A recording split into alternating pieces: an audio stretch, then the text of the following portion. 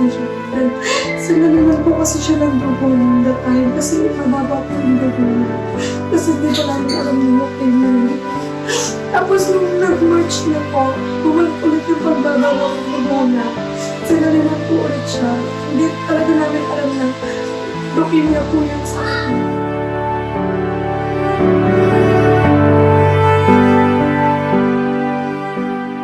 Si Princess po, lumala po yung mata niya. Yun po yung araw-araw kong tinitignan sa kanya, binabantayan sa kanya kasi parang nanlalabo po yung mata niya. Wala po kaming naibigay na pambayad dun sa radiation niya. Kaya sabi ng doktor, para lang daw po hindi mahinto yung gamutan niya, ibalik na lang po ng chemo. Yung PhilHealth ko po, nagamit na. Hindi na po.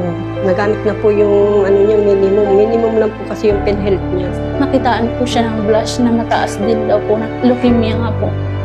Ako po si Lourdes Batalier Gamueda po. Saka yung Jocelyn Gerosa Gamueda po. Ano po siya? May bukol po sa ilalim po ng tiyan niya sa atay. Ewing sarcoma po.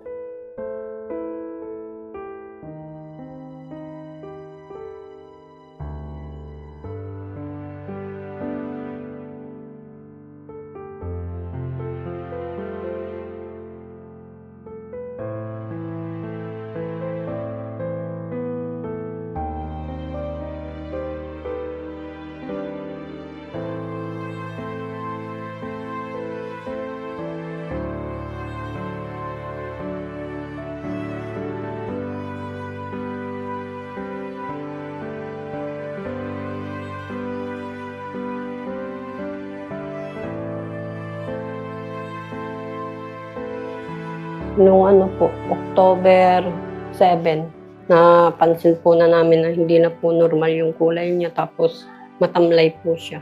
Saka po lagi po siyang nilalagnat, saka lagi nasakit po yung tiyan. Pina-check up po namin sa doktor, talaga po daw may sakit. Sabi po ng doktor, kailangan daw pong opera, ultrasound po para malaman kung anong klaseng bukol po yung nasa tiyan niya. Baka magkahimala. Sa chemo, mag-lit na yung bukol niya. O baka ma-opera na po. Ako po si Melanie Cabanya po. At yung anak ko naman po si Princess Cabanya. Dati po, nag-abroad po ako sa Hong Kong. After 1 year po siguro, tumawag po yung asawa ko na nilagnat po yung si Princess at namula yung mata. Tapos yun po, sinabi ko sa kanya na papacheck up niya sa Tuguegarao. Ang sabi po daw ng doktor, cataract po.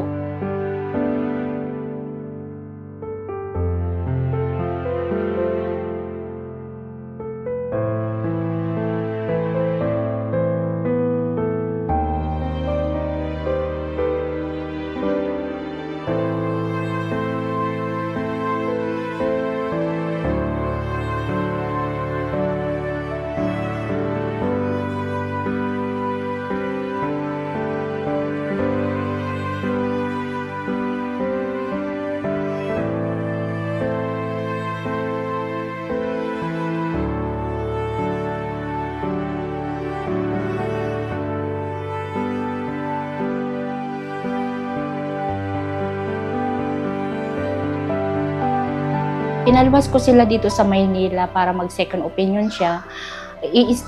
Tatlong doktor ang tumingin po sa kanya, ang sabi po, retinoblastoma daw po yung findings nila.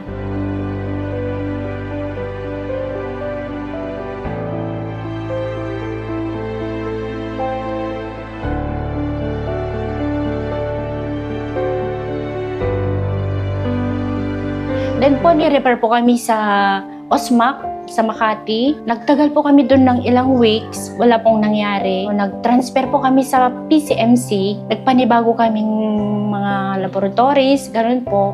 Agad-agad po nilang inoperahan si Princess po. Pagkatapos ng enucleation po, yung isang mata na naman po yung treatment, nag-add na naman sila ng 6 cycle po.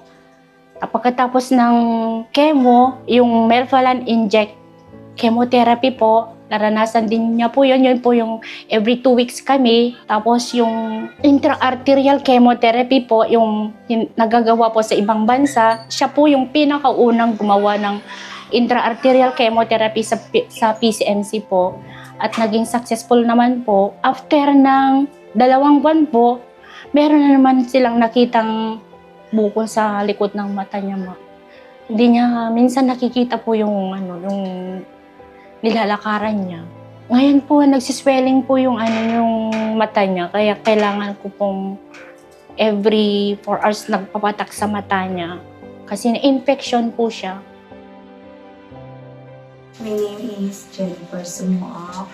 Then, siya po ang Kiyomite Sumuok and Higis. January kasi, hindi po namin alam na may sakit na siya. Then, sinalinan po kasi siya ng dugo noong that time kasi mababa po yung dugo niya. Kasi hindi po namin alam na leukemia. Tapos nung nag-March na po, bumalik ulit yung pagbaba ng dugo niya. Sinalinan po ulit siya. Hindi talaga namin alam na leukemia po yung sakit niya. Then yung sinabi na po kami ng doktor na magpahihila na po kami kasi baka po sa dugo na po yung sakit niya. Kaya po pumunta po kami siya sa may para po makikita paano sa kanila kung ano yung sakit niya. Then pinabalik kami ng March, pumunta ka po kami din. Yung sabi sa amin, 100% daw na leukemia.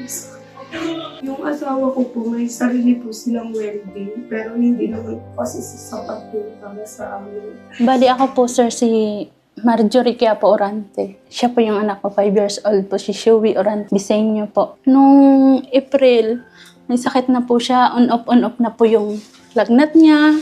Tapos, tinulak po kami ng doktor ng Legazpi dito po sa, sa PCMC. Diyan po kami na-repair. Pagdating po namin diyan, ibinone marrow po siya agad-agad.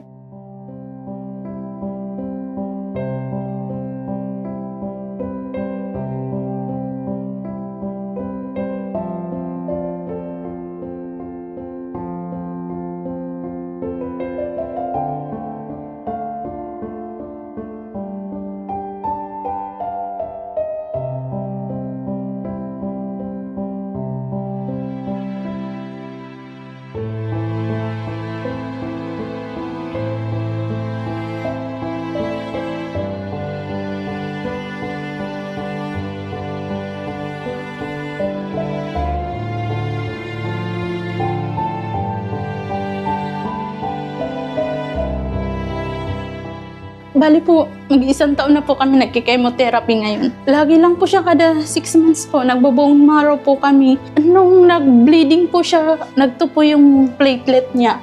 Tapos wala po kami makuhaan po ng platelet. Kaya tumawag po talaga ako sa taas na siya po gumawa ng paraan kasi ayaw ko pa pong mawala yung anak ko. Laban lang po para sa pasyente. Laban lang po, hindi po kalimot po magdasal. Para sa akin po, laban lang po. Hindi ako nanghihina ng loob para sa kanya. Kasi sa akin po kumukuha ng lakas ng loob. Kaya kailangan kong maging matatag para sa kanya po. Minsan na sinasabi niya na lang na gagaling ako para may baby pa kami. Gusto niya daw po makita yung may baby na daw po kami. Gusto niya daw po siya naging ate. Minsan nga kahit hindi niya papatid na niya na lang na ate siya. Kahit po nandito po kami sa child house, para sa akin po, nilalakasan ko po yung loob ko kasi po sa akin din po kumakapit yung anak ko.